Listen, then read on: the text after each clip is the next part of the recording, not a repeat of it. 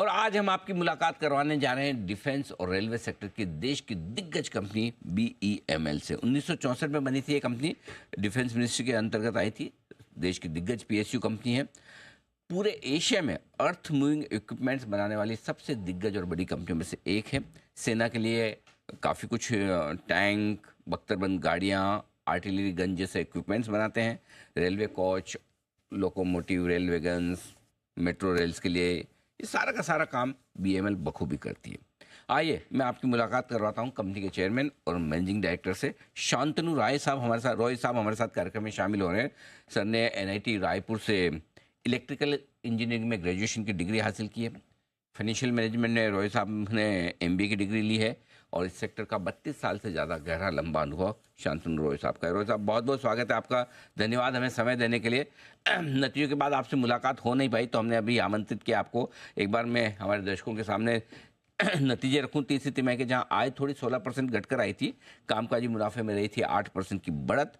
Margins बेहतर हुए, 5.25% से 7% की तरफ पहुंचते हुए दिखे। मुनाफा 50% घटा। तो बड़े इंटरेस्टिंग रिजल्ट दिख रहे हैं। कुछ चीज़ों में बेहतर, कुछ चीज़ों में थोड़ी कमी, जैसे कि टॉप लाइन थोड़ा कम रहा है, मुनाफा कम रहा है। समझाएं सर, क्या वजह रही इस तरह के प्रदर्शन की इस तिमाही में बीएमएल की, ये समझाएं। नमस्कार अनिल जी, सर। और बहुत धन्यवाद।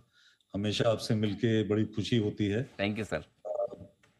आप जो हमारे रिजल्ट्स थोड़े थोड़े मिक्स रहे हैं, उसकी वजह यह है कि हमारे 3 बिजनेस वर्टिकल हैं। तो 2 बिजनेस वर्टिकल ने बहुत अच्छा प्रदर्शन किया। माइनिंग कंस्ट्रक्शन में करीब 26% की बढ़ोतरी आई है। डिफेंस में 18% की बढ़ोतरी आई है। लेकिन जो हमारा रेल एंड मेट्रो वर्टिकल है, जिसने कि पिछले साल 38% का कंट्रीब्यूशन किया था टॉप लाइन में, उसमें करीब 60% नीचे गया है टर्नओवर। इसके कुछ कारण हैं। सबसे बड़ा कारण यह है कि हम लोग जो है कुछ हम वैल्यू क्रिएशन भी कर रहे हैं, जो कि लॉन्ग टर्म में हमारे देश के लिए मतलब उसके लिए फायदेमंद होगा। उसमें से एक है वंदे भारत स्लीपर ट्रेन। तो वंदे भारत स्लीपर ट्रेन का प्रोटो बन के तैयार था और उसके बाद उसका ऑसिलेशन ट्रायल वगैरह सब कुछ हो चुका है और सीसीआरएस इंस्पेक्शन के बाद में ये ट्रेन कॉमर्शियल ऑपरेशन में चली जाएगी। तो जब तक सीसीआरएस इंस्पेक्शन नहीं होता, हम इसकी आगे की जो है, इवन दो मेरे पास में इसके करीब 10 रेक के ऑर्डर में से एक हम सप्लाई कर चुके हैं, 8 रेक के मेरे पास कार बॉडी तैयार है और उसके बाद के भी हम पूरे 10 रेक के कार बॉडी बना के रख देंगे। परंतु जब तक इसका क्लियरेंस नहीं होता, क्योंकि ये प्रोटो ट्रेन था, तब तक हम इसको आगे नहीं ले जा पाएंगे। तो ये कारण रहा। दूसरा कारण जो है, इसमें पिछले कुछ वर्षों में 2-3 साल पहले हम लोग 4 एक टेंडर जो है उसमें सफलता नहीं हासिल कर पाए थे। तो उसका असर आज दिख रहा है रेल एंड मेट्रो वर्टिकल में, जिसमें कि जनरली 2-1 साल का जेस्टेशन पीरियड रहता है। परंतु हम इसके बावजूद, कंपनी की ये रेजिलियंस है कि इसके बावजूद जो है हमारा जो प्रदर्शन रहा, जो टॉप लाइन रहा है, उसको हम एक लेवल के नीचे हमने नहीं जाने दिया। और अभी जो है लास्ट जो क्वार्टर है, लास्ट क्वार्टर में माइनिंग कंस्ट्रक्शन और डिफेंस से बहुत बेहतरीन प्रदर्शन की उम्मीद है और बेहतरीन काम भी चल रहा है।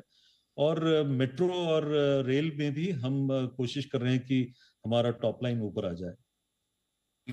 तो 2 सेगमेंट तो बहुत ही मजबूत है, माइनिंग और कंस्ट्रक्शन और साथ ही साथ डिफेंस। रेलवे में इस बार तो सर मैं देख रहा था, रेलवे के बजट में भी रेलवे में एलोकेशन पिछले साल जितना ही रखा है, कोई खास बढ़ाया नहीं है। किस तरह के ऑर्डर्स अब आपको मिल रहे हैं? क्या कुछ पिछले 2-3 महीनों में वापस से ऑर्डर्स में या स्पेशली इस नए साल में कुछ तेजी आई है? इस साल जो हमारा ऑर्डर इनफ्लो रहा है, अब तक करीब 6,000 करोड़ का ऑर्डर इनफ्लो रहा है और उसमें 70% जो है रेल एंड मेट्रो वर्टिकल का ही है। तो ये कहना उचित नहीं होगा कि जो है आगे जाके रेल एंड मेट्रो में कुछ गिरावट आएगी। रेल एंड मेट्रो इनफैक्ट जो हमारा अगले साल का प्रदर्शन रहेगा 25-26 में, जो हमने प्लान किया है, उसके अंदर में रेल एंड मेट्रो में बहुत बेहतरीन बढ़ोतरी की उम्मीद है। क्योंकि जो ऑर्डर्स हमें मिले थे पिछले 1.5 साल पहले, 1 साल पहले, वो एग्जीक्यूशन स्टेज पे आ जाएंगे। तो इसलिए, और उसके बाद भी रेल एंड मेट्रो में लगातार हमें ऑर्डर मिलने की उम्मीद है। अभी इस वर्ष, जो इस वित्तीय वर्ष है, जो इसमें बैलेंस पीरियड है, उसके अंदर भी रेल एंड मेट्रो से ही मुझे उम्मीद है कि कम से कम 2-2.5-3 हज़ार करोड़ के ऑर्डर आ जाने चाहिए। कुछ ऑर्डर्स फाइनलाइजेशन पर हैं। अगले साल का जो रेल एंड मेट्रो का जो प्रोजेक्शन है वो भी बहुत ही बेहतरीन है। बहुत सारे मेट्रो प्रोजेक्ट्स, कई सारे इंपॉर्टेंट रेलवे प्रोजेक्ट्स जो है उसका ऑर्डर फाइनलाइजेशन हो जाएगा। और अगले साल डिफेंस में भी मुझे उम्मीद है कि काफी अच्छे ऑर्डर आ जाएंगे। और माइनिंग कंस्ट्रक्शन तो हमेशा से जो है बेसलाइन देता है, माइनिंग कंस्ट्रक्शन जो है बेसलाइन देता रहेगा। परंतु इस वर्ष जो हमारा प्रदर्शन रहेगा उसमें माइनिंग कंस्ट्रक्शन कम से कम 55% का कंट्रीब्यूशन देके जाएगा, ऐसा मेरा अनुमान है टॉप लाइन में। क्या आपके लिए माइनिंग और कंस्ट्रक्शन जो दिख रहा है बेहद मजबूत है, इसमें कोई डाउट नहीं। आपने कोचेस की कैपेसिटी बढ़ाने की भी बात की थी। अभी जो कैपेसिटी है 280 कार से आप 300 कार तक ले जाने वाले हैं। किस तरह के कैपेक्स आप कर रहे हैं इस सेगमेंट में और किसी दूसरे सेगमेंट में भी? अगले 2 वर्षों का जो हमारा कैपेक्स प्लान है वो हमारा टर्नओवर का लगभग 8 से 10% है। और इसमें जो है 70% रेल एंड मेट्रो में कैपेक्स हम लेके आ रहे हैं, और करीब 20-25% जो है डिफेंस में हम कैपेक्स लेके आ रहे हैं।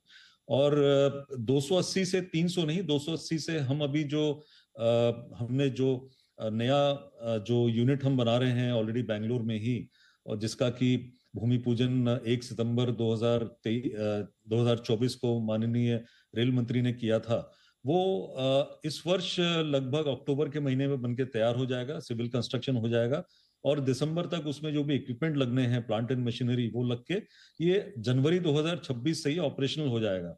और इससे हमारी जो क्षमता है 280 कार से बढ़ के 425 कार तक की हो जाएगी। इसके अलावा जो टोटल बाकी जो हमारे ऑर्डर जो हमारे आने को हैं, और आज की डेट में जो मेरे पास ऑर्डर है, मेरे पास कम से कम 900 कार का, 900 कोचेस का ऑर्डर है। तो इसके एग्जीक्यूशन के लिए हम फर्दर कैपेक्स लेके आ रहे हैं, और हम ये 425 से फर्दर जो है 650-700 कोच प्रति वर्ष का के हिसाब से कोच बनाने की क्षमता हम बढ़ाने जा रहे हैं। ये अगले 1-2 साल के अंदर में हम करेंगे। ये आपके लिए आगे का आउटलुक। रॉय साहब, बहुत बहुत धन्यवाद आपका, आपने समय दिया विस्तार से नतीजों पर और साथ ही आगे के आउटलुक पर आपने विस्तार से जानकारी दी। बहुत बहुत शुक्रिया सर। बीईएमएल के 2 सेगमेंट बहुत ही मजबूती से प्रदर्शन करते दिख रहे हैं, माइनिंग और कंस्ट्रक्शन, साथ ही डिफेंस, और आगे भी रहेगा। और रेलवे में जो थोड़ा सा धीमापन दिखा वो भी बेहतर होने की उम्मीद है टॉप मैनेजमेंट को। ये है बीईएमएल का टॉप मैनेजमेंट आपके लिए।